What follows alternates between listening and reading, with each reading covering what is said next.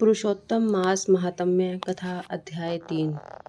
नैमिषारण्य में बैठे ऋषियों ने सूत जी से विनम्रता पूर्वक कहा, हे महाभाग, भगवान नारायण ने नारद जी से जो शुभ और रहस्यमयी वचन कहे उन्हें हमें विस्तार से सुनाइए। सूत जी बोले, हे श्रेष्ठ ब्राह्मणों, मैं वही कथा सुनाता हूँ जैसी मैंने सुनी है, ध्यान पूर्वक सुनिए।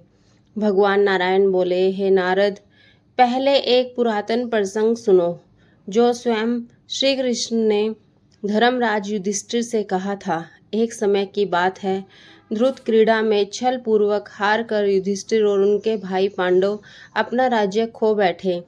सबके सामने द्रौपदी का अपमान हुआ। दुष्ट दुशासन ने उसके केस पकड़कर उसे सभा में घसीटा और उसके वस्त्र उतारने का प्रयास किया। उस संकट की घड़ी में भगवान श्री कृष्ण ने उनकी लाज की रक्षा की।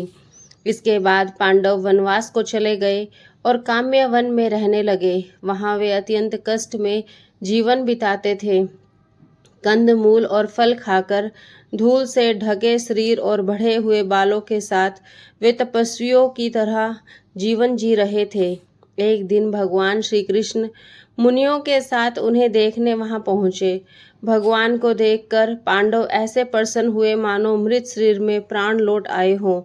उन्होंने प्रेम पूर्वक उनका स्वागत किया और चरणों में प्रणाम किया। द्रौपदी भी अत्यंत विनम्रता से उनके सामने उपस्थित हुई। पांडवों और द्रौपदी की दयनीय अवस्था देखकर भगवान श्री कृष्ण का हृदय द्रवित हो गया और वे कौरवों पर अत्यंत क्रोधित हो उठे। उनका क्रोध प्रलय की अग्नि के समान भयंकर था। ऐसा प्रतीत हो रहा था कि वे संपूर्ण संसार को नष्ट कर देंगे। यह देखकर अर्जुन भयभीत हो गए और उन्होंने हाथ जोड़कर भगवान की स्तुति करते हुए कहा, हे प्रभु, आप जगत के रक्षक हैं। एक के अपराध के कारण संपूर्ण सृष्टि का नाश करना उचित नहीं है।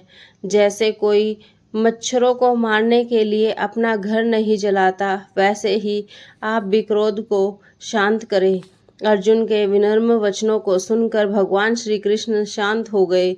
उनका क्रोध शांत होते ही पांडवों ने राहत की सांस ली और प्रेम पूर्वक उनकी सेवा की।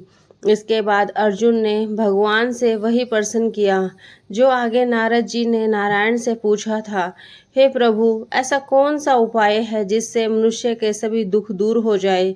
भगवान श्री कृष्ण ने कहा, हे अर्जुन, यह अत्यंत गुप्त और दुर्लभ रहस्य है जिसे ऋषि मुनि भी आसानी से नहीं जानते। फिर भी तुम्हारे प्रेम और भक्ति के कारण मैं तुम्हें बताता हूँ। उन्होंने आगे समझाया कि इस सृष्टि में हर वस्तु जैसे समय, मास, ऋतु, नदियाँ, पर्वत, वन, औषधियाँ, सबके अपने अपने अधिष्ठाता देवता होते हैं जिनकी पूजा से फल प्राप्त होता है। फिर उन्होंने एक अद्भुत कथा सुनाई। एक बार एक अधिक मास उत्पन्न हुआ, लेकिन उसमें सूर्य की संक्रांति नहीं होने के कारण सभी लोगों ने उसे तुच्छ और अशुभ मान लिया। उसे मल मास कहकर अपमानित किया गया। इस तिरस्कार से वह मास अत्यंत दुखी और निराश हो गया। अंततः भगवान विष्णु की शरण में वैकुंठ जा पहुंचा। वहां भगवान को दिव्य सिंहासन पर विराजमान देखकर उसने अश्रुपूर्ण नेत्रों से साष्टांग प्रणाम किया और अपने दुख को व्यक्त करने के लिए विनती की। इतना कहकर बद्रीनाथ थोड़ी देर के लिए मौन हो गए। तब नारद जी ने उत्सुक होकर पूछा, हे प्रभु, उस अधिक मास ने भगवान के सामने क्या कहा।